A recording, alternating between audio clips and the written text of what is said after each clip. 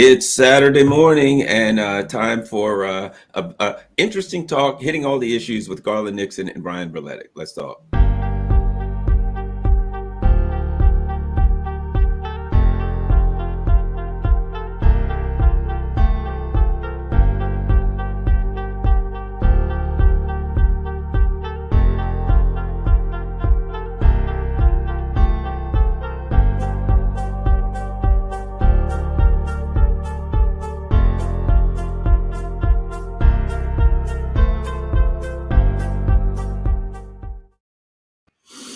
Hello, all. Garland and Brian here on YouTube and Rockfin and stuff like that. So, Brian, let's start. Let's get right to the action. I think we should start with the Syria stuff. What I found interesting is real quick intro. You know, I do a regular couple of radio shows, but the one show I do in the evening on WPFW in Washington D.C. And I started talking about Syria, and I went through the U.S. being in there, Trump saying we're there to take the oil, and I went through the documentation that the U.S. is illegally occupying Syria, and then I did the contradictions. I contrasted it with the U.S. saying we recognize the independence and sovereignty of Ukraine, and then the U.S. saying when it comes to the Solomon Islands, 7,341 miles from the U.S. Shores, the U.S. saying we won't rule out military action against the Solomon Islands if they allow China to have a base. And then the Monroe Doctrine. I just showed all of these contradictions that are being borne out by the Ukraine conflict. But let's start with, I have my thoughts on the bombing going on in Syria, but let me get your thoughts on what's happening there. Well, first of all, thank you for having me. It's an honor and a pleasure. Regarding Syria, this has been going on. I think people realize this has been going on for a long time. It started as a proxy war in 2011, and then the United States got involved directly. And then Russia was invited by the recognized government of Syria to intervene. And what they did was the US was saying they were fighting ISIS. Obviously, they weren't. Russia came in, they actually started fighting ISIS, bombing their supply routes coming straight out of NATO territory. And that's what's kind of reined it under control. But the United States is dug in eastern Syria. This is where most of Syria's hydrocarbons come from. And this is where their prime agricultural land is. And I was just looking at this video by Dana Stroll. She's of the U.S. Department of Defense. And she literally said that, you know, this conflict has turned Syria into rubble, and we're there, and we can make sure that it stays rubble. And we can use that as leverage against Syria and Russia to get the outcome we want. So they're occupying eastern Syria specifically to freeze and starve the population, the civilian population, for leverage to get the outcome they want. Again, as you point out, Garland, thousands and thousands of miles away from U.S. territory. And so obviously people have a problem with that. And they carry out these strikes on the illegal U.S. bases there in eastern Syria. And the U.S. does these retaliations. But the problem is the entire geopolitical landscape of the region is now changing. All of these allies or hostages, depending on how you look at it, who were working with the U.S. during this proxy war, one by one, they've started incrementally turning their back on this conflict. They're working more closely with Russia and now even the Syrian government than they are with the U.S. So the U.S. is isolated. They've got these bases in the middle of nowhere, and they make prime targets. And that's what's going on. There's many armed groups in the region operating, backed by the Syrian government, the Iranian governments, other groups are operating there. Very hard to tell who actually did this. And they're keeping pressure on the U.S. Military there through military means as the geopolitical pressure, the economic pressure, and all the other pressure continues to mount. So this is something that has to be done despite the U.S. carrying out these retaliations. They claim they were hitting military targets associated with Iranian-backed militias, but who knows? Because they accidentally bombed their own aid workers in Afghanistan, killed a man's entire family, and they lied about it. So we don't know what they are actually bombing. But this is a process that's going to go on until the U.S. eventually is just isolated and then eventually flushed out of the region. You know, one of the things that I think that's interesting about this on kind of a broad note is the comparison to Ukraine, and that is, you know, the U.S. is an empire and it's fighting proxy wars. If you remember a while back, I think there was one of the WikiLeaks cables that came out where Hillary Clinton said that the destabilization of Syria was done on behalf of Israel. And why was it done on behalf of Israel? She didn't come out and say that, but everybody knows because Syria is allied with Iran. So even when you look at Syria, the United States is fighting, it has been since 2011, fighting. You could call it a proxy war. You could call it a war of destabilization, a war of terrorism against Syria, right? To destabilize, attack, terrorize Syria, and a war of occupation as a proxy war against Iran. The United States is in Ukraine as a proxy war against Russia. But the interesting thing is, and something I've been talking about, is the contradiction that is borne out by these two proxy wars. The U.S. claims, of course, you know, they're all lies, in Ukraine, hey, we're there because we believe in independence and sovereignty. This is an independent state. It's sovereign. Why they should have the right to do anything they want. Syria, we're going to illegally occupy Syria and not recognize their independence and sovereignty. The world, you know, my dad had a saying, children don't listen, they watch and learn. Now, I'm not comparing the world to children, but I'm applying that analogy to people. If you're in Africa, you're in Asia, you're in Latin America, that's one of the problems that Ukraine has created for the U.S. empire. People are looking at them and the empire is loudly proclaiming independence and sovereignty. That's what it's all about. And the rest of the world says, but you're occupying Syria over here and bombing them and stealing their oil, and you don't recognize the independence and sovereignty of Syria. And so when Joe Biden has his summit for democracies, the issues of contradiction, the issue of hypocrisy raises itself, Brian. Absolutely. That is such a key point. And I think when you see them talking about these things and when the Secretary of State talks about these issues, notice how they never interact with the public, and notice how they only interact with a carefully selected cadre from the Western media, because it wouldn't stand up, not for a moment, under even the slightest scrutiny, because it is so rank with hypocrisy. Think about this: they're complaining about Russia in Ukraine, while at the exact same time, the U.S. is undermining China's sovereignty regarding Taiwan. And this is something that you could go to the State Department's website and they say they recognize Taiwan as part of China. It's not a country. It's not independent. That's what it says on the State Department's website. Yet they're funneling weapons and political support and doing unauthorized visits and flights to Taiwan.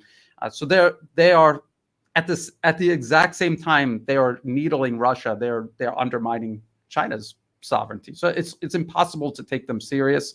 I don't think at this point anyone seriously believes that the U.S. is standing up for any of these principles. These principles are a smokescreen that they hide behind.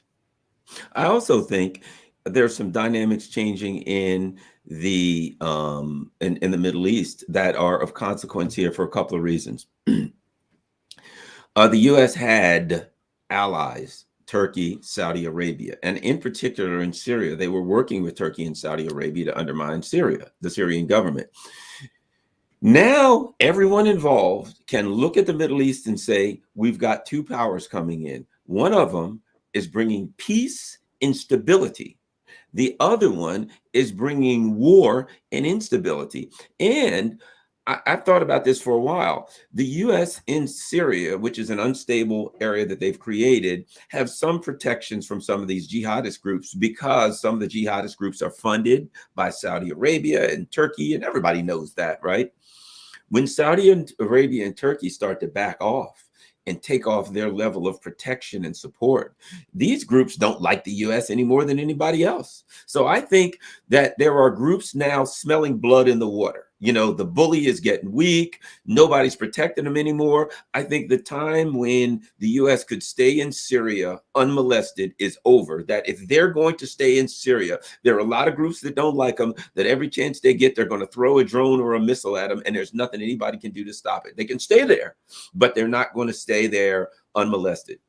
Your thoughts? Yeah, exactly. The whole idea, the deterrent that America had, because they were locked in with these other proxies that they were working with, and now they're again incrementally turning their back on the U.S. So the U.S. is isolated, and what could the U.S. do?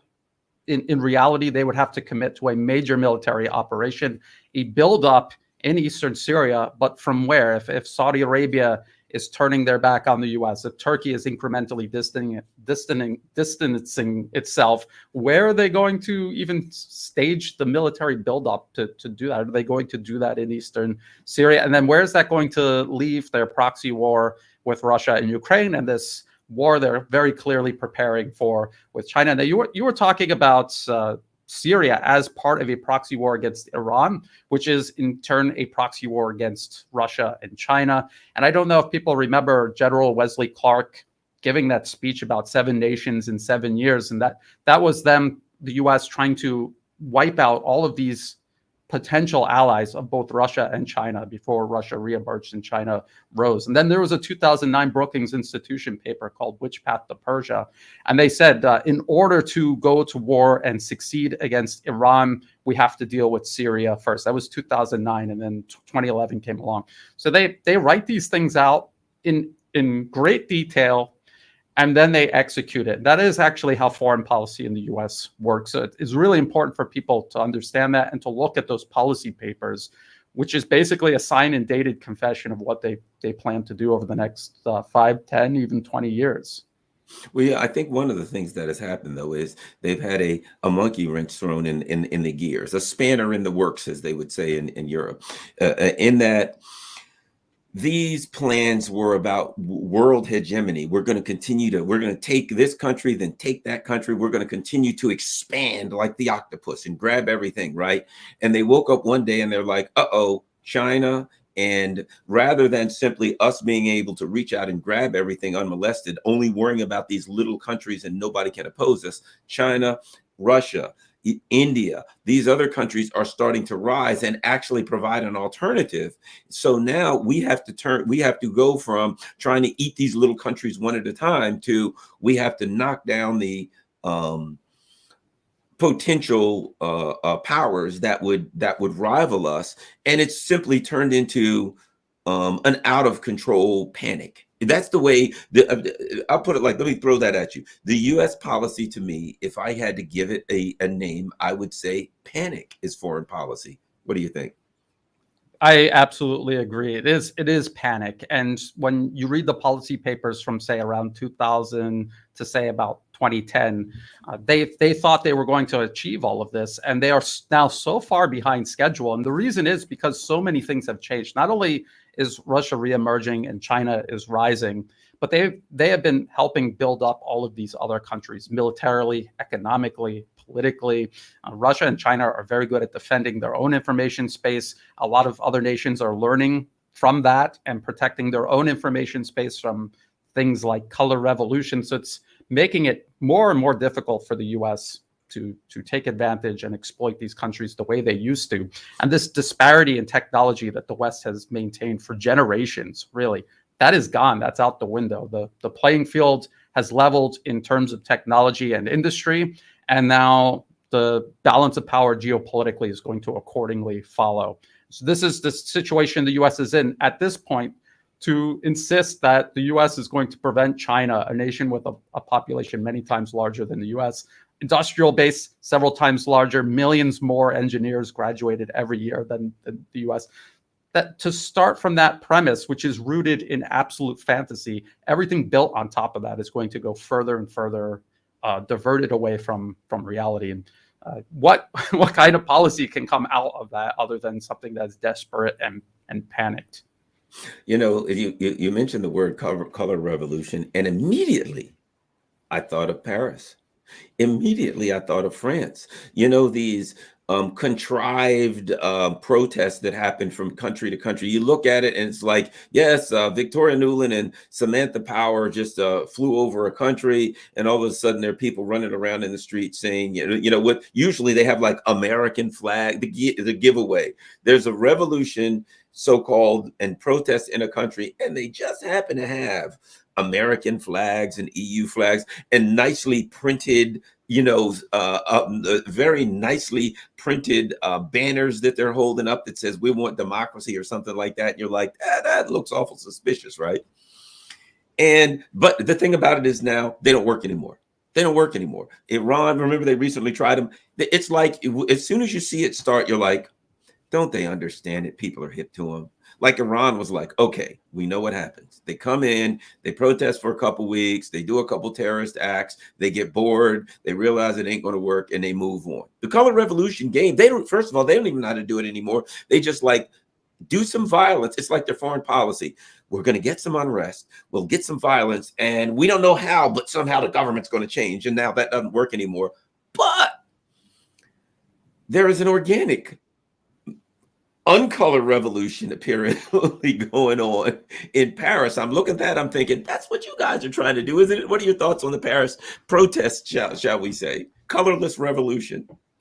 Well, it's interesting, and I've seen a lot of people point out the irony here that all of these nations, along with the United States in Europe, decided to put sanctions on Russia, hoping to trigger protests like this inside Russia. And the U.S. had networks that they were cultivating for years and years to try to do this in Russia. Russia dismantled them. And in Belarus and in Georgia, we saw that very recently. But now you've got these protests erupting in France. People are rightfully angry. They're going to come out. They're going to come out in other countries across the West. The problem that I see, unfortunately, is they use the same tricks to divide, distract, and get groups fighting against each other across the West. So it's going to be very difficult for them to organize. There are probably legitimate protests. You never know, though. Maybe Emmanuel Macron was getting cold feet or something. He didn't want to go any further in regards to Ukraine. So they're like, well, we'll burn Paris down.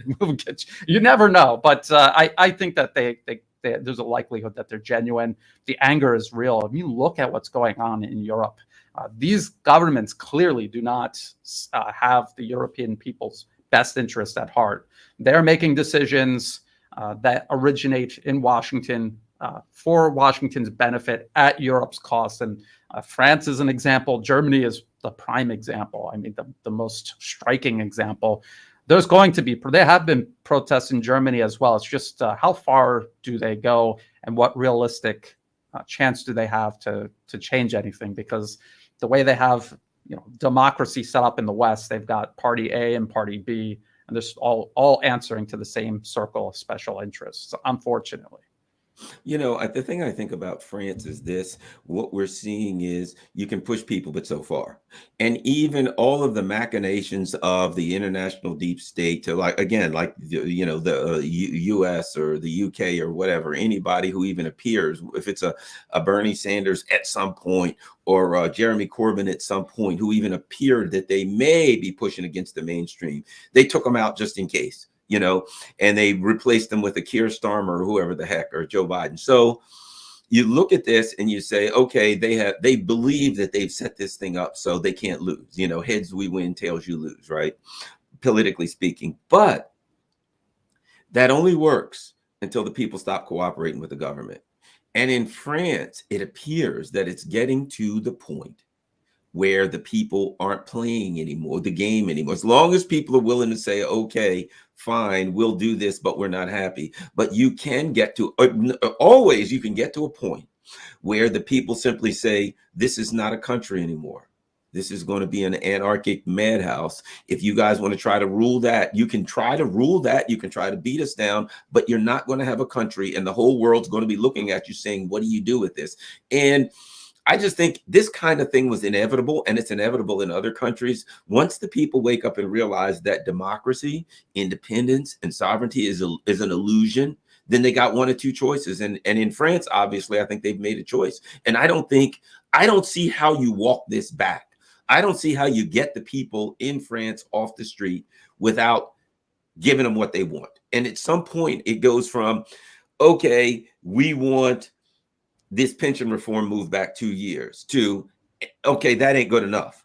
You know what I mean? And I think they've pushed the French to a point. Interesting with the history of revolution in France. You know, isn't it funny how when you view things through the context of history, they align so well. But I don't know. I do have a feeling that they may have pushed France to a point where the people aren't going to accept the heads I win. You know, just put another version of Macron in, and we'll accept that until he screws us so bad we can't take it again. The thing that I think is important for everyone to watch is what happens with the U.S. and European economy. The way they're painting themselves into this corner with the sanctions against Russia. Now they're preparing some sort of conflict with China. They're attempting to isolate all of these nations that are not cooperating and going along with their agenda anymore. But in reality, they're isolating themselves. Now we see these financial crises beginning to sprout, and this is because the West's entire economy there's very little actual substance. We see the West struggling to supply Ukraine with enough weapons to continue this proxy war because their industrial base has deteriorated so much so over the last couple of decades, and whether the people in France continue protesting or not, none of this is sustainable. It's going to grind to a halt eventually.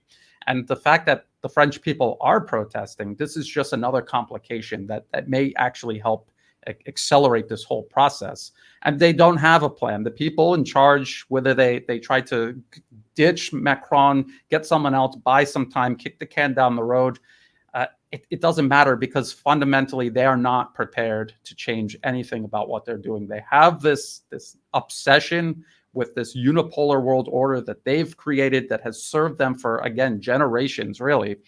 And they're not going to give it up. They're not going to give it up to a rising China and a reemergent Russia and the rest of the world. Like, what would make sense? What would be sensible? They're not going to do that. So unfortunately, I think these circles of interest have to collapse. They have to destroy themselves, essentially. And then hopefully someone with a more constructive mindset fills the void. And I think there probably are a lot of special interests in Europe that are subordinated to US interests that would like to kind of at least get things turned around so that at least their foreign policy reflects European interests. So we'll have to wait and see. Yeah, I think you're right. I agree with you. The term I've been using with a lot of things is collapse. I think that's what we're seeing. The reality that deindustrial countries that don't produce anything, that money is made through complex financial tools that is just ultimately they're magic, and it's a self-serving racket for the rich, has put them in a position where there's a big hollow thing that basically the economy is hollow. It doesn't produce anything. It can't make anything. Even the things that it makes are very poorly made. And this financialized tools thing that the city of New York and the city of Wall Street and the city of London has created now is getting to the point where they have to, it's spun out of control.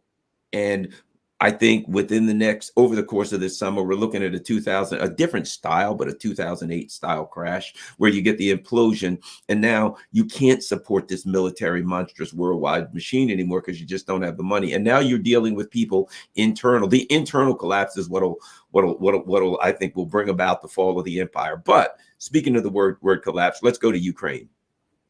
That's a term I've been using a long time. Very beginning, when people were like, how do you think this ends? I said, collapse.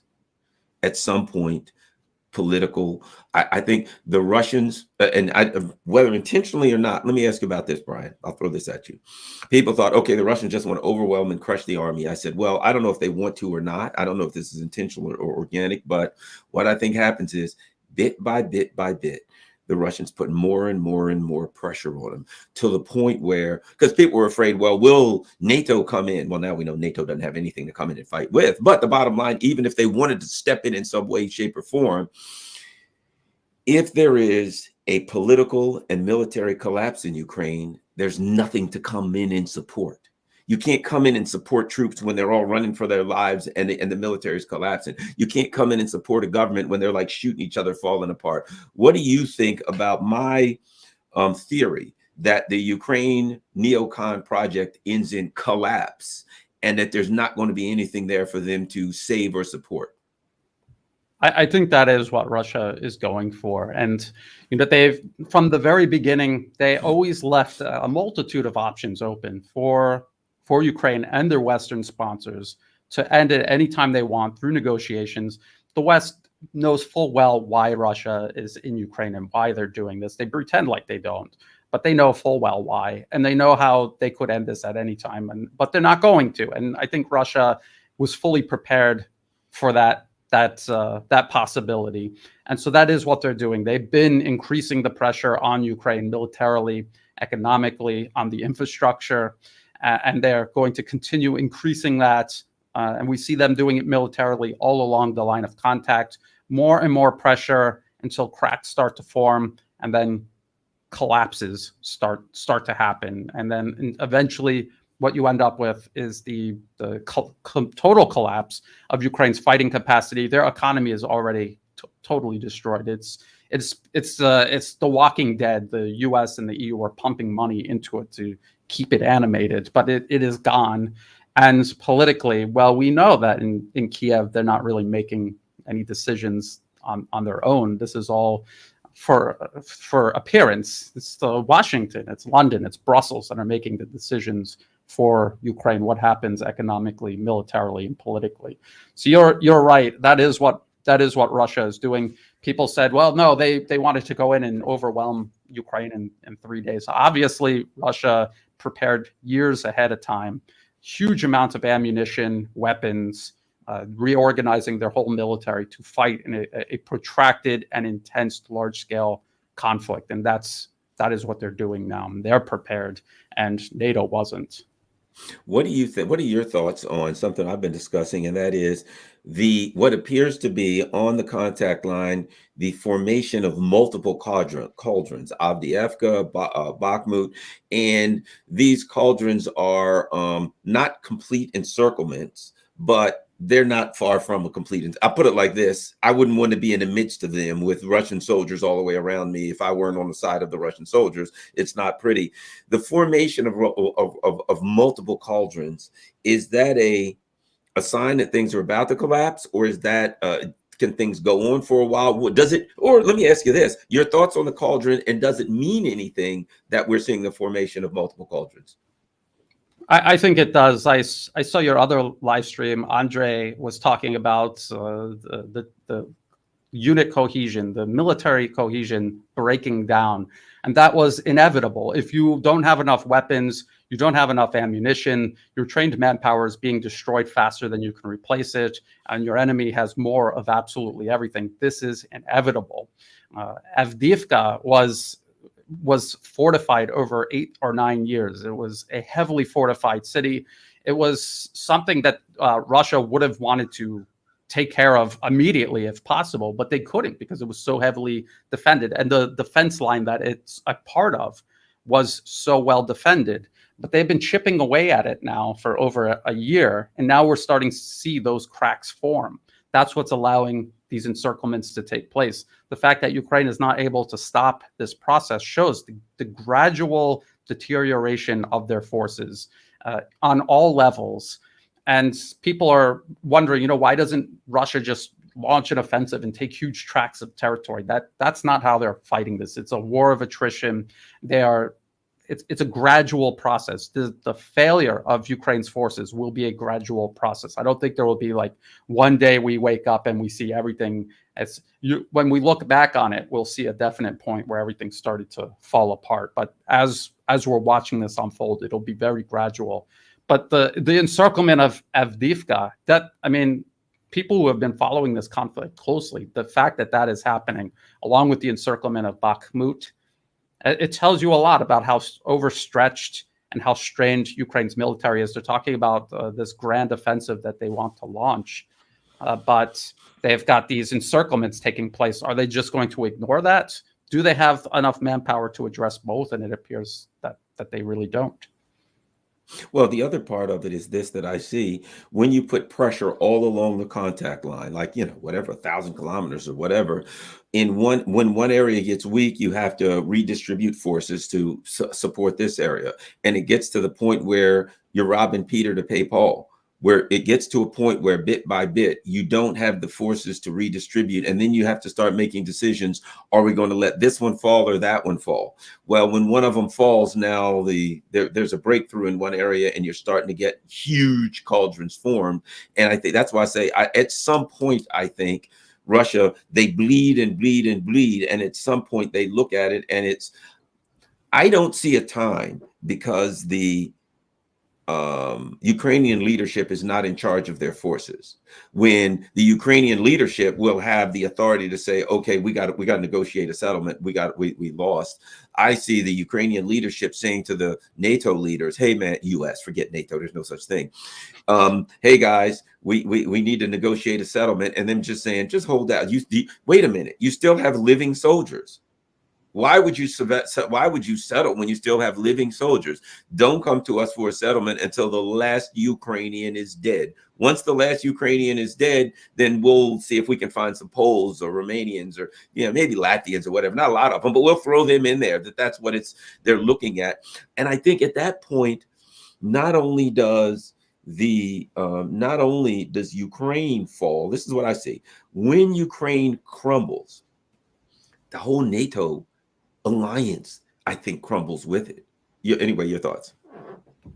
It's a good point. NATO really has no legitimacy at all, hasn't for the longest time, if it ever did. Their whole thing since the 21st century was waging wars of aggression, not in places not even remotely close to NATO territory, that had no means of threatening NATO territory. So that's what they've been doing, waging proxy wars, intervening in Libya, NATO members, not in NATO's name, but they're in Syria, they were in Iraq, they were in Afghanistan. So this was always all about encircling and containing Russia. We've heard NATO toying with the idea of expanding this to China as well. And if they fail, or when they fail in Ukraine, what is their next move? Because the reason they're failing in Ukraine is they don't have enough military industrial capacity to wage this proxy war against Russia and Ukraine. Then what capacity of any kind are they going to have to do anything like this anywhere else? The veneer of invincibility that the West has tried to maintain over the last several decades, since the end of World War II, really, that is falling away. And what is left is just this spent empire that's trying to achieve something whose time came and went long ago. See, add this, and I think this is critical at the end of this conflict. Let's say it ends like you and I are saying.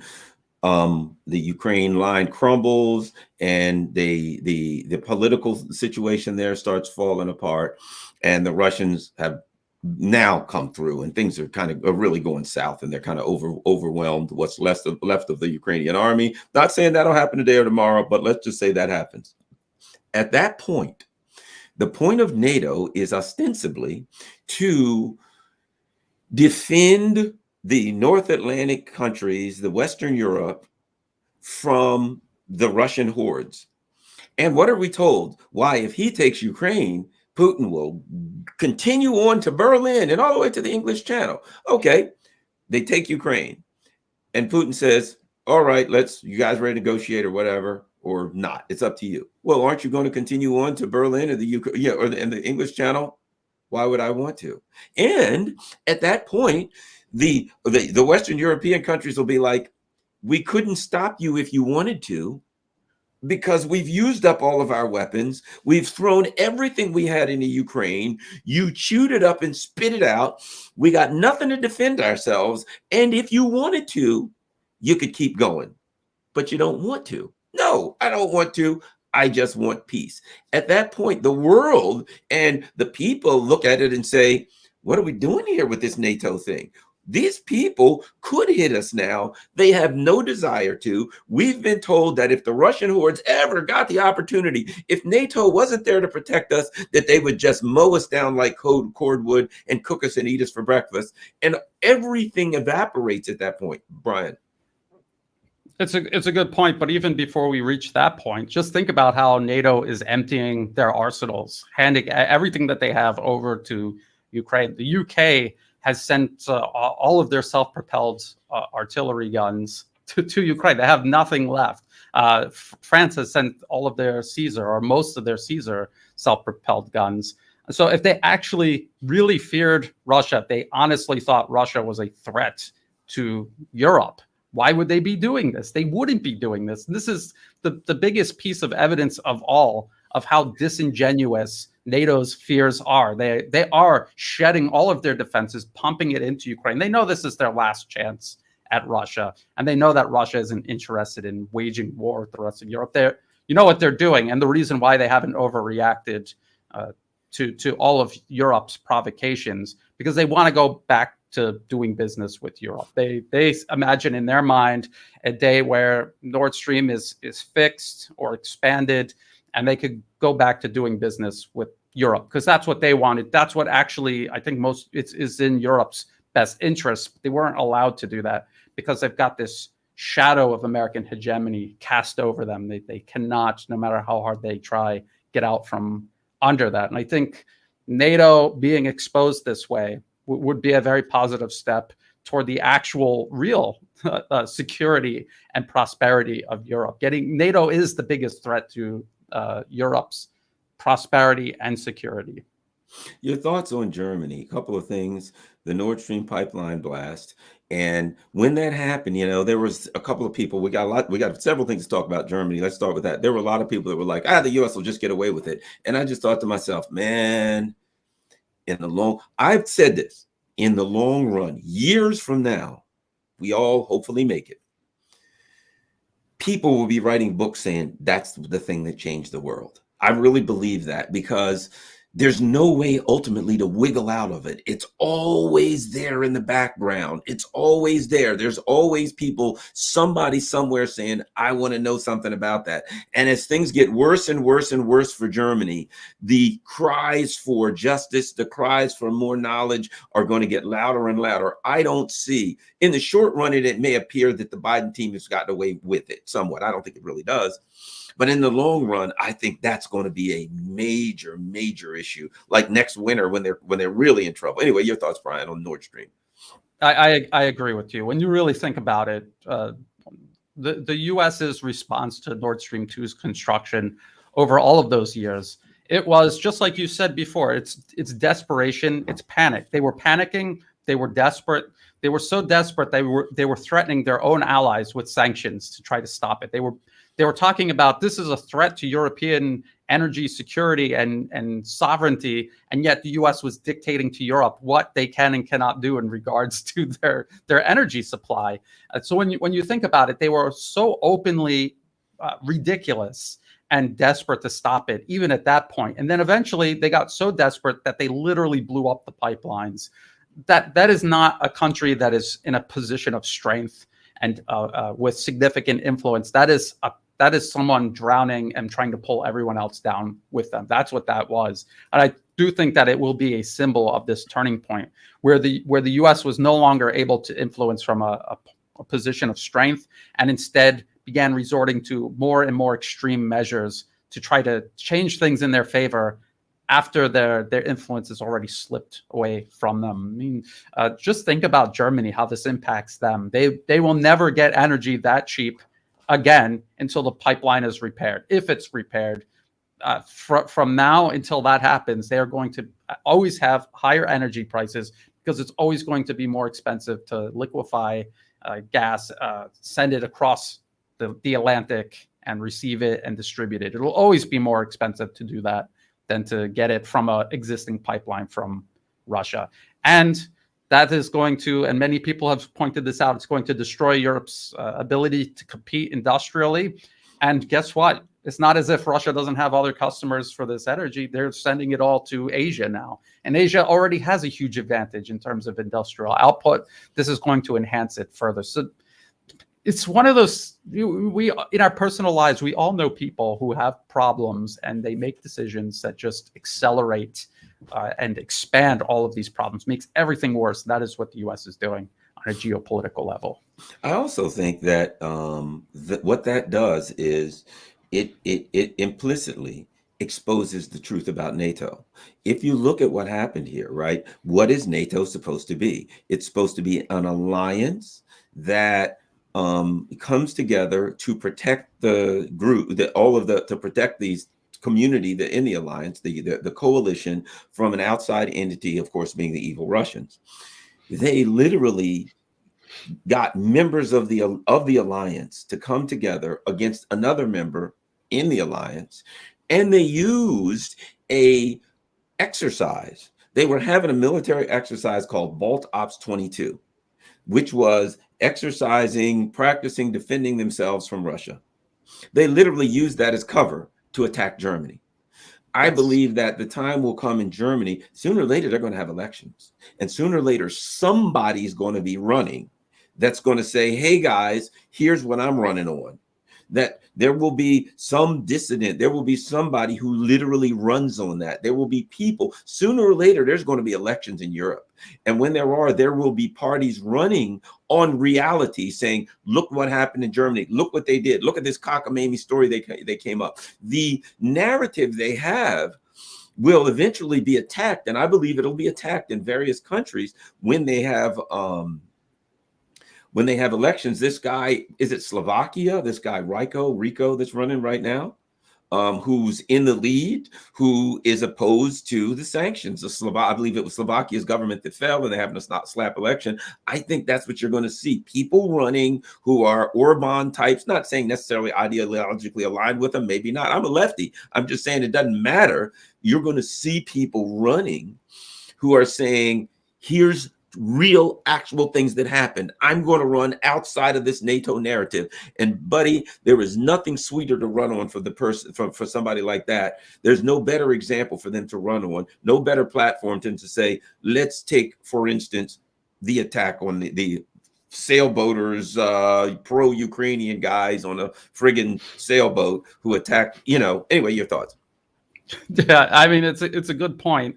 And it's important for people to put ideology aside. You're talking about elections in Europe, and as long as that incoming government has a bigger concern for the interests of the people there, then I guess it really doesn't matter. That's for them to sort out their internal political affairs. But what we do want to see are governments that come into power and start taking care of the people's interests, their national interests, not this agenda imposed on them from Washington. When you hear the incumbent government in Germany right now, when they talk about what they're doing, they don't even make any sense. At certain times, they'll even say, and not just Germany, this is a trend across a lot of Europe right now. You hear people come out and say, I don't care what the people want. We're going to support Ukraine for as long as it takes. Because, we're fighting for democracy. And while we're doing that, we're just going to completely suspend the concept of working for the people's interests while we do this. Because we don't care that the people in Italy or Germany, they're not buying it, and they're not interested in making these sacrifices for this agenda. And then when you peel away the layers and you see what is actually going on, why this proxy war is taking place in Ukraine in the first place, more and more people are going to wake up to that reality, and they're not going to go back to sleep. So this is a ticking time bomb for them, among many others. This is a huge ticking time bomb for them. The population waking up and being incapable of going back to sleep, even if they want to. What are your thoughts on the Putin-Xi meeting?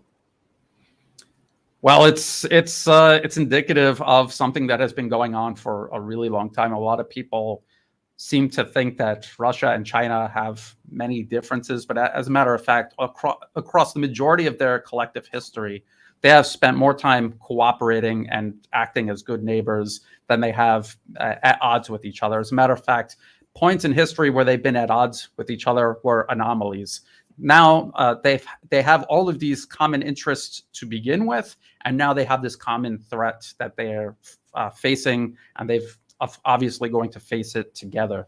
And this meeting was basically Russia and China asserting reality in the middle of this fantasy world that the West has created. You still have people holding out hope that somehow China is going to side with the U.S. against Russia regarding Ukraine, but China knows that they're next. They're already subjected to the same type of geopolitical and national security threat the U.S. created for Russia and Ukraine. They have the exact same problem regarding Taiwan, which it's actually worse because that is part of their internationally recognized territory. And this is where the U.S. is planning their next Ukraine-style proxy war. So that's just, I think it's just the beginning. You see the West freaking out over it. They're going to have much more to be concerned about because this is only going to accelerate.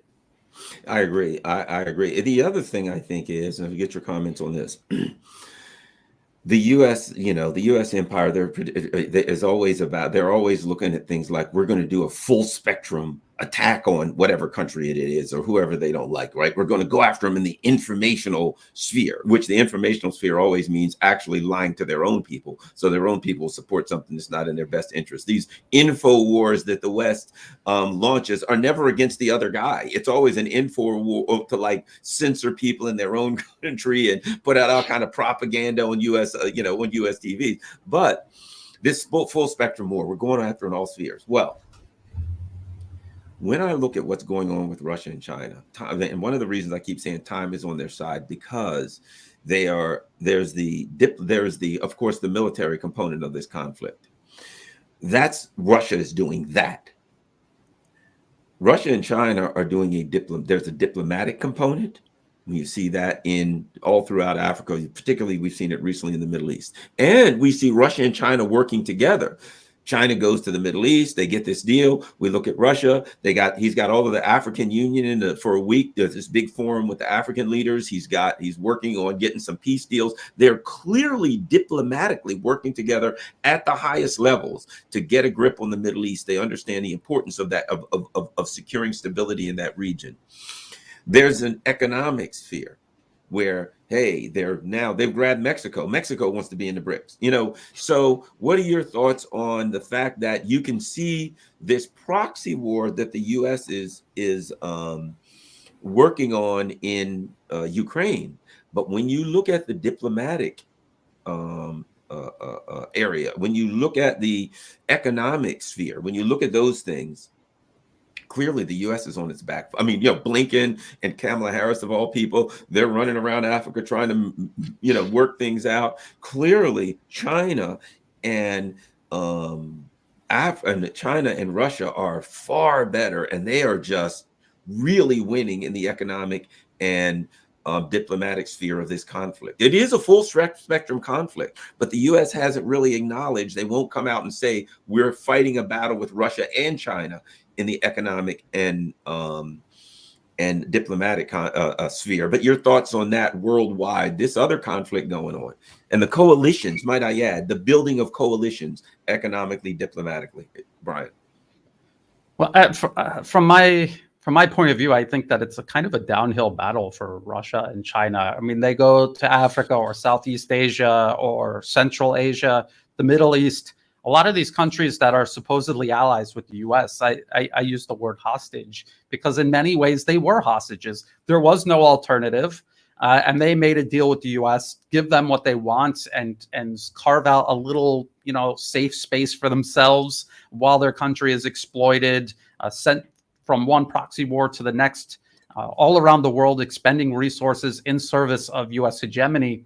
Now they have an alternative. It's a very attractive alternative. And these are countries that are not demanding any sort of change in the way they run their internal political affairs. What they're basically doing is they're just following international law and the primacy of national sovereignty. And that is very attractive to virtually, I can't imagine any country where that is not a more attractive alternative. The U.S. has had and has this advantage in terms of military and soft power and their ability. They have the National Endowment for Democracy operates in virtually every country on earth. And they've got these networks that they've built up over decades, constantly part of the equation. And that is what they do. They're threatening and coercing these nations. But at some point, their weakness is going to allow these nations to slip out from under their grip. And it's going to be a domino effect. And as more and more nations get out, it's going to be easier for more and more other nations to follow.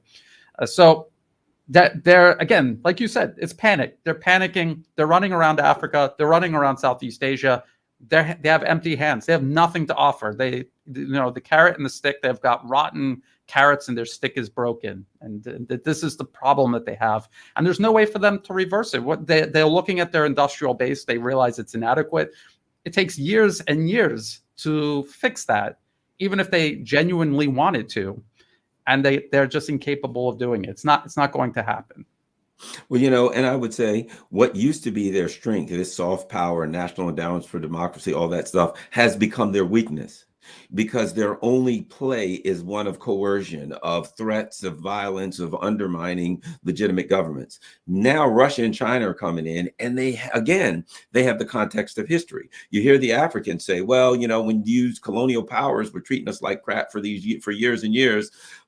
Russia was helping us fight against the imperial powers. China was leaving us alone. They were poor like we were. They didn't have much. They minded their own business. So now the U.S. comes back, and Tony Blinken's in one country saying, we're your friends. And Linda Thomas Greenfield is saying to another country, you better do what we want or we'll punish you. So they don't even know how to use anything. They don't have an option for a carrot. You know what I mean? All they ever use is the stick.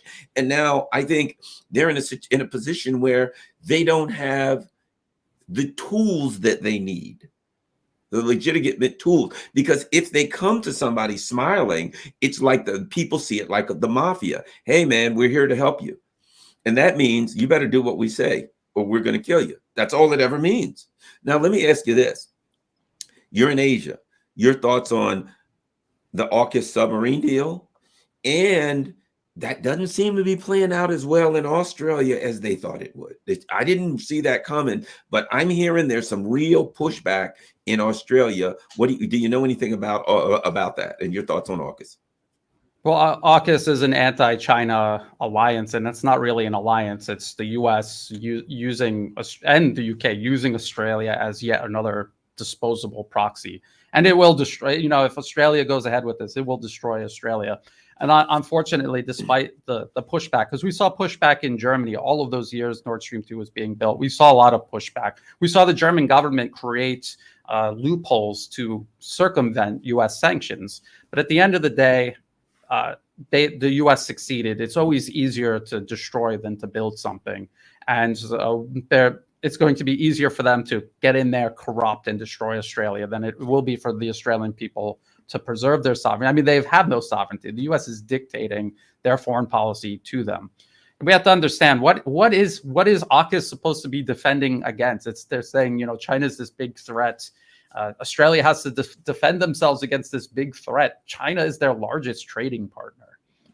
Their largest trading partner. China's definitely getting way more from Australia by doing business with them than they ever would through some and way down the road military operation, because China doesn't even have the military necessary to project military power like that. That's something that even U.S. policy think tanks repeatedly state in their policy papers.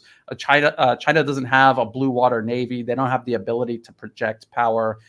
Their military is there to defend Chinese territory, and they're quite happy about that fact. But then they lie to the people in Australia. They make it out as if there's Chinese people hiding under everyone's bed, and it works. It works because there's still way too many people in Australia that are, I would say, ignorant, possibly even racist, who go along with all of this, just like we see in the U.S. It's for them, that part is a downhill battle because you already had these elements in Western society for so long. So they're taking advantage of that fear, ignorance, racism. They're taking advantage of that to push all of this through. They're working with corrupt politicians who don't care about Australia's long-term interests.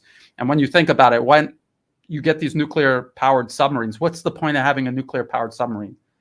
Long range and endurance. It's not to protect Australia around Australia. It's meant to join the U.S. right off the coast of China to menace China. And they're talking about China being provocative, but the very existence of AUKUS and what it is doing is a provocation, a needless provocation. And people should look at the trade between China and Australia. It's amazing that they're going to disrupt and destroy this. And Australia also, the rest of their trade is all in Asia. So they're going to disrupt stability in Asia. They're going to completely destroy their economy.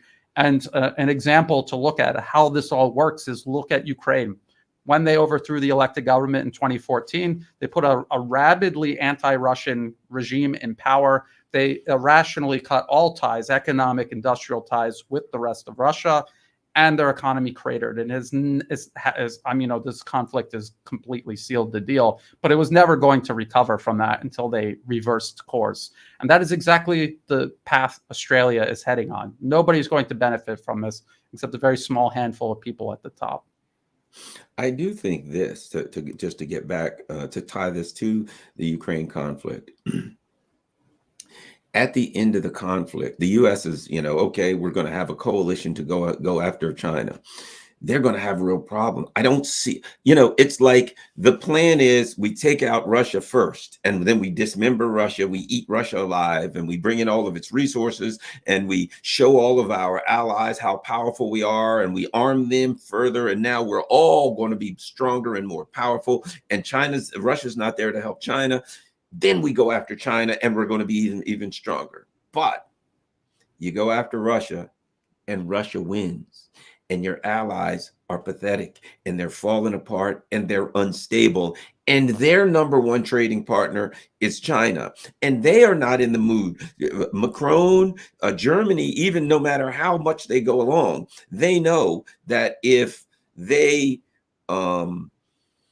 go along with anything against China, they turn into Port-au-Prince. They would, Haiti would be a wealthy community beside a wealthy country beside, which of course is abused by the U.S. That's a whole other story, but would be a wealthy country beside what they look like when this happens. So you're going to, to me, to go after China, they had to have some success in the Ukraine project. For that to fall apart so horribly, for that to go so catastrophically wrong, what will be left, if much of anything, economically, because we see what's happening with the banks, of this ragtag coalition, they won't be in a situation, they won't be able to go after Greenland if they wanted to. It will be broken economically.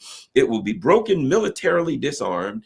It will be looking like Paris right now with trash and fires on the streets all over the place. The banks will be broke. The dollar will be will be worth 100 to 1 what it is now.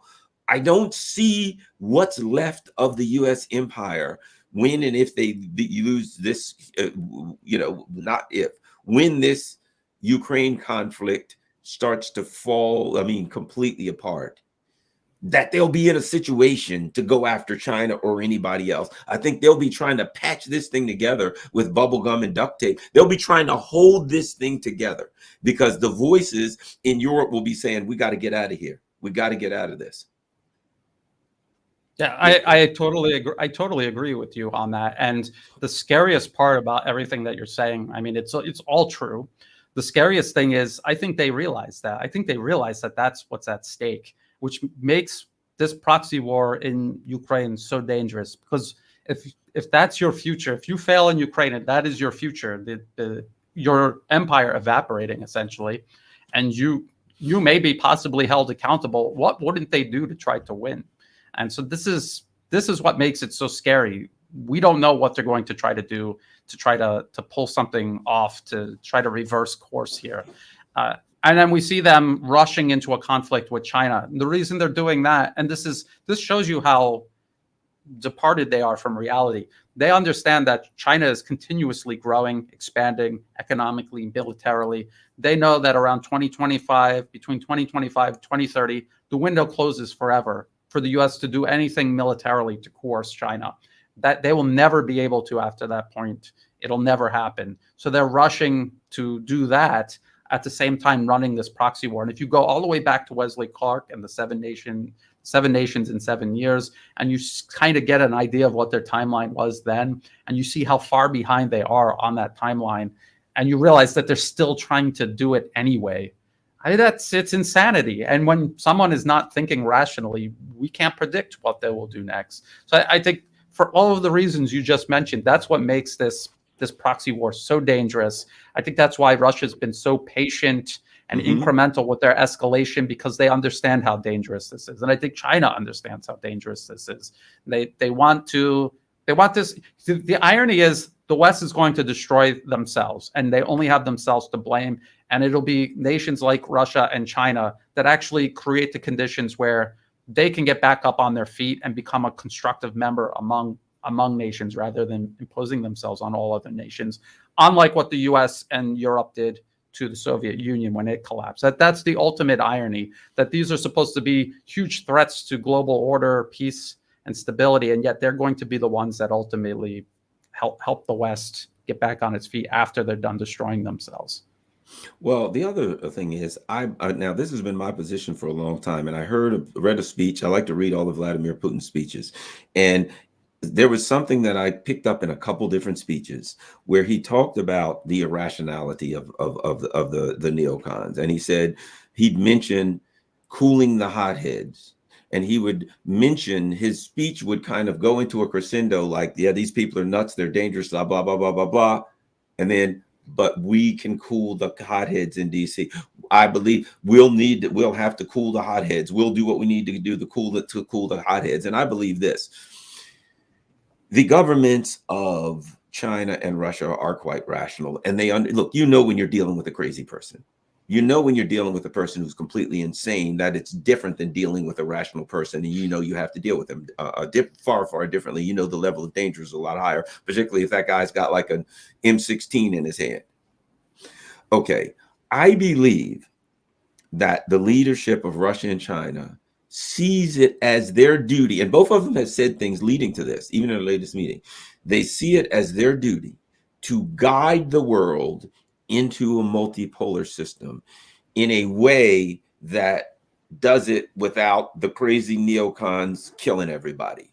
I think they see that as their duty. Remember, the other thing is, Putin said the next 10 years is going to be a dangerous decade. And then what did he do next? We're building our military up to 2 million people. Defensive, right?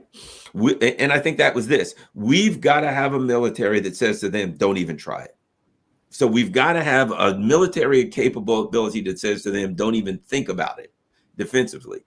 And then Russia and China, I think, will see themselves, the leadership, as the people that are like, because we have the economic and military power, because we are we're the other big nuke guys, and they know that to come after us is suicide. We have a responsibility and the ability to guide the world into a multipolar paradigm. So I think they know what they're up against, but I think they believe that's what they believe, which as dangerous as the neocons are, that's the hope for humanity. Your thoughts? I agree. And if you look at the proxy war in Syria, and you look at the Russian intervention from 2015 onward, at the invitation of the Syrian government, they suffered one humiliation after the other, one setback after the other. Turkey shooting down their warplane, militants ambushing the rescue team. And I remember at the time, people following that, they were enraged. They were wondering, what is Russia going to do in retaliation? And they really didn't do much of anything. They were patient, and they let the time go by. They let everything cool down because they were not going to escalate. They knew that that's what that was done to achieve, and they refused to do it. A lot of people wanted revenge, but I tried to remind people that the greatest type of revenge is succeeding rather than getting some sort of short-term emotional satisfaction at the cost of your end game. They stuck to their end goal, and they laser focused on that. And I think they're going to do the same thing in Ukraine. So a lot of people are saying, oh, they left Kherson, the Kharkov, this, that. It's all so humiliating. What are they doing? Why are they playing around? It's just like you're saying, they understand they're dealing with someone who's crazy, and they're going to do this as cautiously and as incrementally as they feel is necessary to succeed. Yeah, I mean, look at the last few weeks. As the neocons get dangerous, get more and more desperate, and they see a loss in front of them, they do the provocation with the drone and the threats. Then the depleted uranium rounds, and what you get and understandably so, there is a feeling of anger. They're embarrassing us. They're humiliating us, right? The need to punch back. And so you see, and I see it, people in Russia and people who support Russia saying, doggone it, Putin's not going to do anything. The Russians never do anything. Provocation after provocation. But if the idea of provocation is to get you to punch, then the way I win is not giving you what you want. If you know, if I do this, you'll do that, then you're in control. If you do this and I don't do it. In Zen, we have a saying, throwing a rock down a well and not hearing a splash. If your enemy continually throws the rock down the well and listens for that splash, and he never hears the splash, he's left in confusion because he never knows what's at the other end of that well. And I think that's where, remember the Pelosi thing. Everybody said, well, that's it. Chinese are going to war. And they were like, they want us to go to war. That's why they did it. They're desperate for this war. They got to have this war. The one thing that would screw them up is if we won't shoot first and give them the war. Exactly.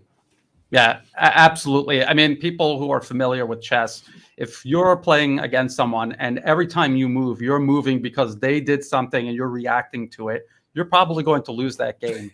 You need to have the initiative. Having the initiative is so important. And that's exactly what you're talking about. And that is what Russia and China are doing. And you brought up a really good point. They are, they want to derail China. They want to stop its rise economically. And they know the only way to do that is war. Nothing else is going to work. They know war is the only way to do that, to create some sort of armed conflict where they can try to justify blockading China, collapsing the economy. Even if they collapse too, they feel like if they could do that, and then it'll be a race to see who can rebuild.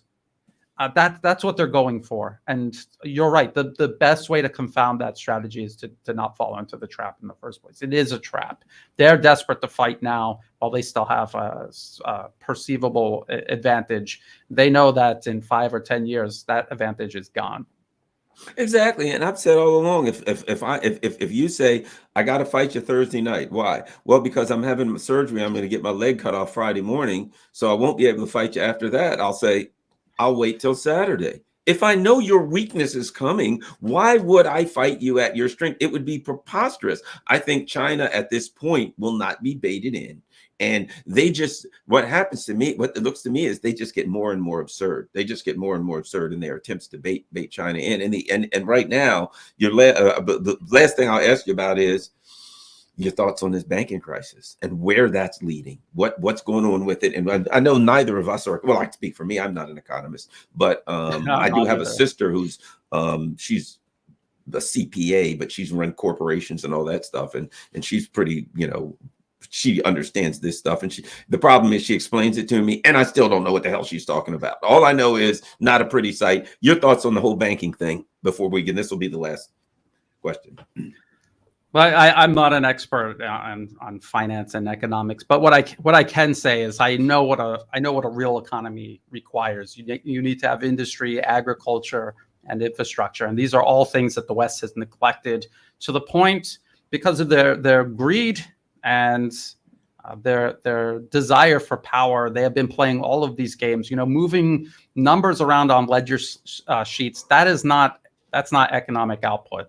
It's like a pyramid scheme. And they were getting away with it because the US had the reserve currency. It was linked to the, what they call the petrodollar. And now you see them because they have abused this position that they hold in terms of financial leadership or being the dominant financial and economic power. They have completely abused it. They've abused it to the point where no one has any faith in it. And faith in a bank or in a system or in a currency is paramount to its success and its sustainment. And they have completely abused it. And people are searching out alternatives. That's what multipolarism is all about. It's about creating alternatives, real tangible alternatives for real things, industry, finance, everything. And people are leaving the US dollar. They have no faith in it. They saw the Swiss banks seizing assets because the US told them to seize Russian assets. Everyone else who's got money there are just wondering, when am I next? I could be next. Why am I going to keep my money in these banks? Their neutrality is gone. The trust is gone. I'm taking my money and going somewhere else. And this is going to play out all across the West's different, its financial institutions, the various systems that they were kind of running globally that people depended on. They're all being replaced. The way they went after Russia and the fact that China is next, and the fact that, look at almost any country on earth, their largest trade partner is China. They're all looking for exits. They don't like this. They don't want to be a part of this. They know that any one of them can be next, so they're looking for those alternatives. So that I don't think it's a coincidence, the timing of these banking crises. They've had these problems. In 2008 they had the big crisis. It's because they have created this artificial wealth. They're creating wealth out of nothing. It's not backed up by anything. And you have alternatives that people can compare and contrast. It's just like when the US and China, they go to Africa or Southeast Asia. China's offering tangible things that you could see, railways, ports, airports. They have all of these things that they can offer. The US is talking about, programs, political programs, and things that are intangible.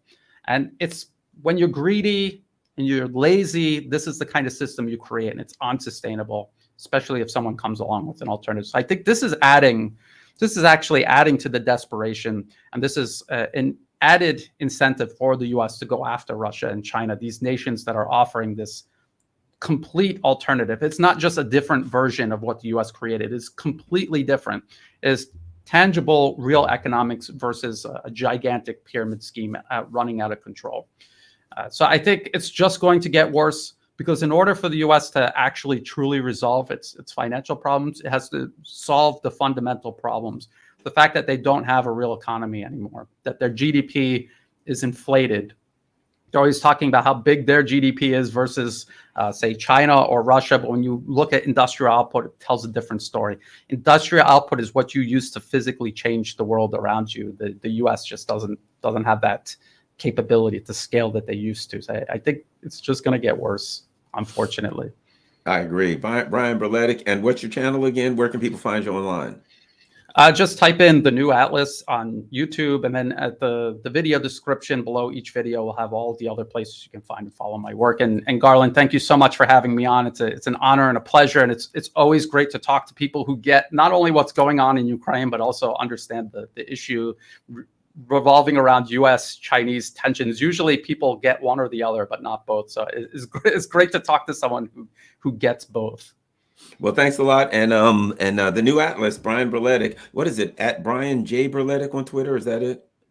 I don't know, because I had been kicked off of Twitter so many times and had to get back on. But the link will be in the video description below all of my YouTube videos. All right. Thanks a lot. Good. The New Atlas. I never miss one. Everybody, make sure you become a subscriber. Thanks a lot, Brian. I'll talk to you soon.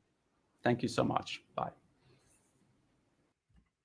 All right, everybody. Thanks a lot. That's Brian Berletic. Certainly appreciate it. Let's check out the super chats. Woo-hoo-hoo. We got a lot of people. Not a lot of super chats, but people have questions. We'll try to answer them. All right. Not a lot, which will make it. Oh, there are super chats. All right. People may have questions. Cheers, Garland. Appreciate your work from an Aussie against the AUKUS. Thanks, Jane. That's what a great Australian name. Joseph Curry, thank you very much. We're looking for the super chats and possible questions or whatever people may have. Lasker Trees, thank you very much. We're looking through the super chats. Okay. Censorbot, I'm trying to praise humanity through Hezbollah.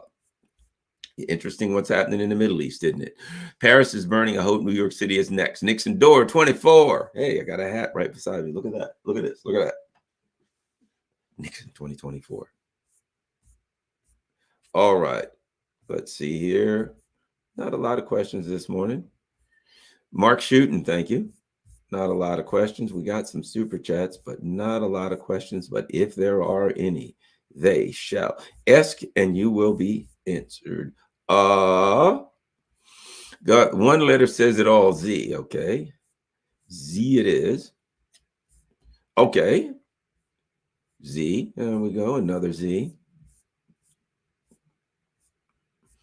Not a lot of other questions or anything else. That's fine.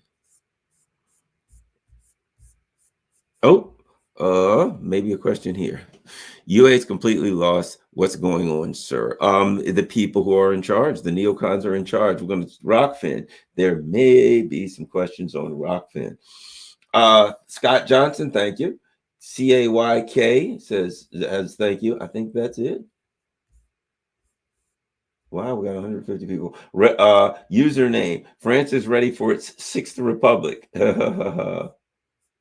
All right. Thanks a lot, everybody. All righty, you all. Thank you for giving me your time and hanging out with me and Brian on a Saturday morning. As you can see, if you can support the channel, go to patreon.com. If you can do $3, $5, $100 a month, whatever you can do is highly appreciated. Also, PayPal if you can, or buy me a coffee. I'm working on building a studio. That's what I'd like to do. Get away from this menial little desk and get this room turned into a studio. So if you can help do that, certainly appreciate that. If you can't, don't worry about it. Keep the money for you and your family. Cash App is an option.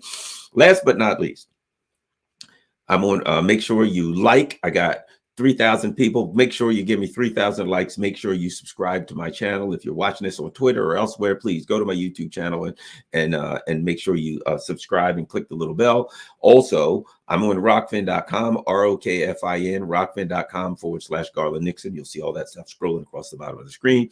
If you are able to support Rockfin, that's great. If not, you can just become a member. It doesn't cost anything. They don't have any advertisements. Rockfin.com/Garland Nixon. And there's no censorship. Check all over Rockfin. It's fantastic. It's a censorship-free, advertisement-free platform that gives you all the stuff that YouTube gives you for the most part. You can chat, all that kind of stuff. Rockfin, the way it does stay on, the way I keep my channel, the way it stays on, Rockfin does allow subscribers.